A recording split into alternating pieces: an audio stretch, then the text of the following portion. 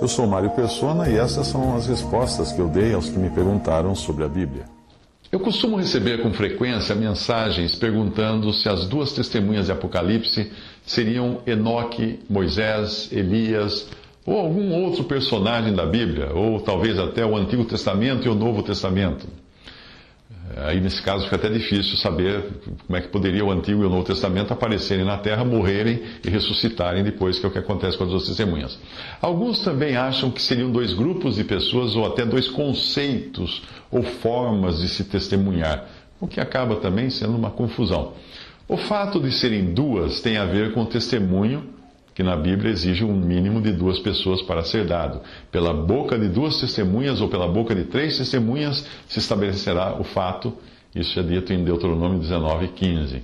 Nos primeiros séculos da existência da igreja na Terra, os 2 candidatos mais fortes para o cargo de 2 testemunhas eram Enoque e Elias, já que eles não experimentaram a morte e, segundo alguns, iriam voltar de algum lugar onde eles estivessem para essa última missão na qual eles morreriam, para depois serem ressuscitados. A passagem de Apocalipse, que descreve os sinais que as 2 testemunhas farão, diz que esses têm poder para fechar o céu para que não chova nos dias da sua profecia, e têm poder sobre as águas para convertê-las em sangue e para ferir a terra com toda sorte de pragas, todas quantas vezes quiserem. Apocalipse 11, versículo 6.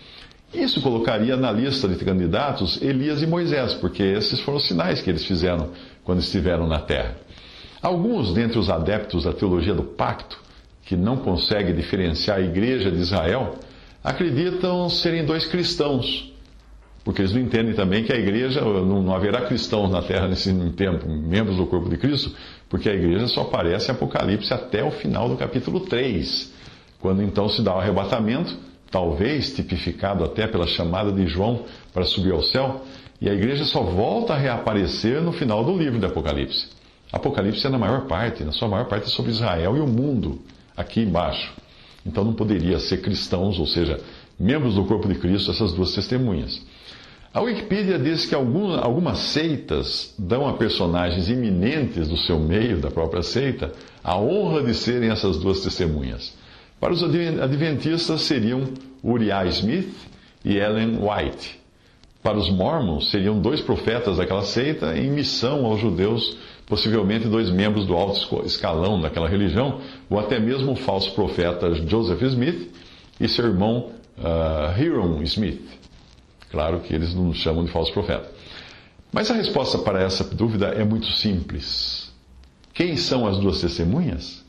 A Bíblia simplesmente não revela quem seriam essas 2 testemunhas. Portanto, qualquer especulação não poderá ser verificada ou comprovada até o dia em que essas testemunhas se manifestarem. Mas aí, os salvos por Cristo da presente dispensação não estarão mais na terra, porque estarão assistindo a tudo aquilo de camarote a partir do céu. O texto a seguir é de autoria de Bruce Anstey. Eu vou ler um texto dele, foi extraído do livro Unsound Doctrinal Statements and Clichés, que são comumente aceitas como verdade. E pode ajudar, outras pessoas traduziram, e eu vou ler o texto aqui para você. Aí antes que alguém pense, algumas pessoas me escrevem como é que eu consigo guardar de memória tantos versículos. Eu não guardo, eu leio, eu estou lendo num teleprompter que está na minha frente, debaixo da minha câmera. Então vamos lá, as 2 testemunhas. Muitos pensavam que uma vez que o profeta Malaquias disse que Deus iria enviar Elias, o profeta, antes do grande e terrível dia do Senhor, Malaquias 4:5, e que ele e Moisés, uma vez que eles estavam juntos no Monte da Transfiguração, Mateus 17:3, retornariam pessoalmente como testemunha na terra durante a grande tribulação. Esta é uma suposição que resulta da tendência de se dar às profecias um caráter sensacionalista. O capítulo 11 do livro de Apocalipse é interpretado literalmente, ainda que o primeiro versículo desse livro nos ensine que as profecias, nesse caso, são figuras, significando que elas devem ser entendidas como símbolos. Apocalipse 1:1. Se não for assim, poderemos chegar a algumas ideias bastante fantasiosas de como as coisas acontecerão no final dos tempos. A interpretação ortodoxa da Bíblia indica um cumprimento literal das Escrituras. Isso não significa que toda palavra ou frase encontrada na Bíblia seja literal, mas que o cumprimento dessas coisas será literal.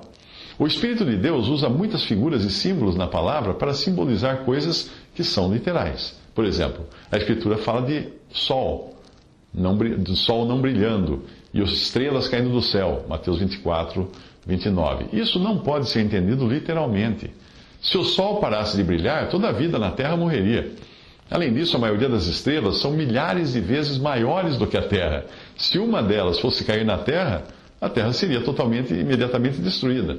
Essas coisas são, obviamente, simbólicas. Elas têm a finalidade de mostrar que a grande apostasia que o anticristo trará resultará no afastamento da verdade e da luz divina. O Sol, representado pelo Sol, afastados para bem longe dos homens. E que muitos líderes entre os homens, que é o que significa as estrelas, irão sucumbir à escuridão espiritual e não mais temerão a Deus. Estas são coisas literais que acontecerão. Interpretando as duas testemunhas simbolicamente, vemos que Deus levantará um testemunho apropriado, indicado com o número 2 nas Escrituras, na terra de Israel, em oposição à malignidade da besta e do anticristo. Isso será uma parte do remanescente judeu que será autorizada por Deus para esse testemunho especial. F.B. Hall, um outro autor, disse o seguinte: a questão naturalmente surge e devemos entender esses versos como predizendo o levantar de dois homens reais, ou Deus levanta e mantém pelo tempo que lhe convier um suficiente e poderoso testemunho com as características de Elias e Moisés. Ou seriam mesmo os dois homens? Estamos inclinados ao segundo ponto de vista, especialmente por causa do caráter simbólico de todo o livro. Pensamos então que eles indicam não um grande e abundante testemunho, isso seria indicado pelo número 3 e não pelo número 2, mas um testemunho suficiente divino, na verdade miraculosamente preservado e sustentado nesta época. Isso o Bruce Anstey acrescentou, que são os pensamentos de F.B. Hall no seu livro The Revelation. E W. Scott, um outro autor, escreveu: sobre a questão do número 2 de testemunhas, inúmeras hipóteses têm surgido, tais como os dois testamentos, a lei e o evangelho, Rus e Jerônimo, os valdenses, os albiguenses, etc. Outros, demonstrando mais razão e com aparente sanção das Escrituras, supõem que Moisés e Elias são as duas testemunhas, citando Malaquias 4:5 como prova da sua afirmação.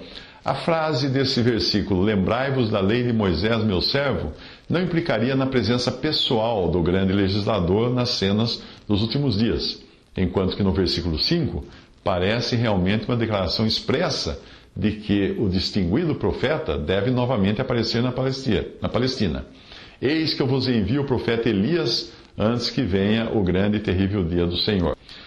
Um testemunho completo e adequado é a intenção propositadamente pretendida no número das testemunhas. Parece-nos que um número maior do que 2 é trazido diante de nós nesta solene crise, e que também o versículo 8 supõe um grupo de testemunhas mortas. Então, até aí, o Bruce Anstey também citou o autor Scott, do livro The Book of Revelation.